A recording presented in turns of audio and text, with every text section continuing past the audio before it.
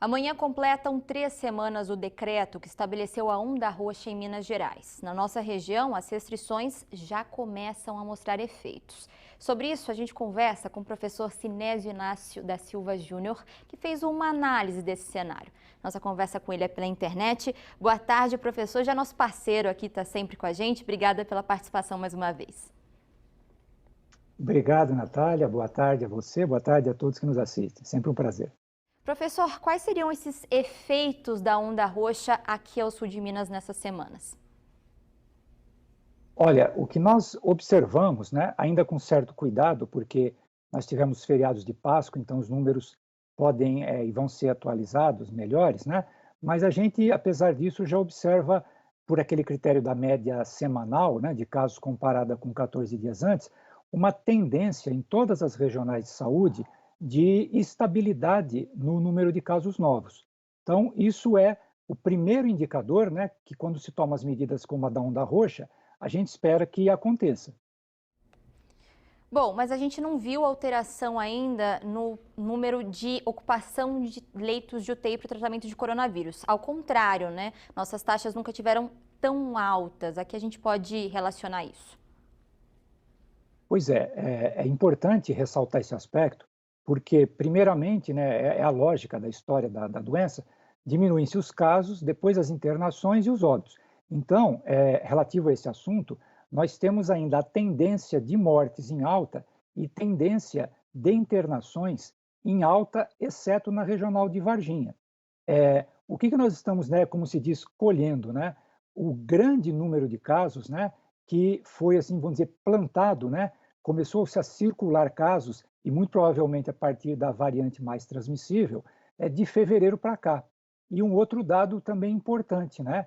Que por essa maior transmissibilidade da nova variante, os mais jovens que ao receberem, né, uma carga viral que era, por exemplo, igual à anterior, com essa variante, eles começam também a desenvolver formas de doença e a internação dessas pessoas mais jovens, elas duram mais, né? Elas se prolongam mais nos hospitais, congestionando, ajudando a congestionar o serviço das UTIs, por exemplo.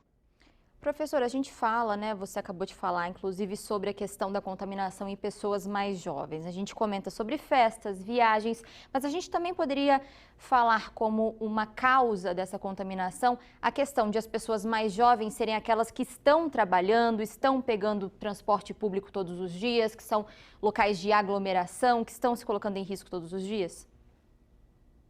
Sem dúvida, Natália. Quando se fala na tal da taxa de transmissão, né, ela é uma média.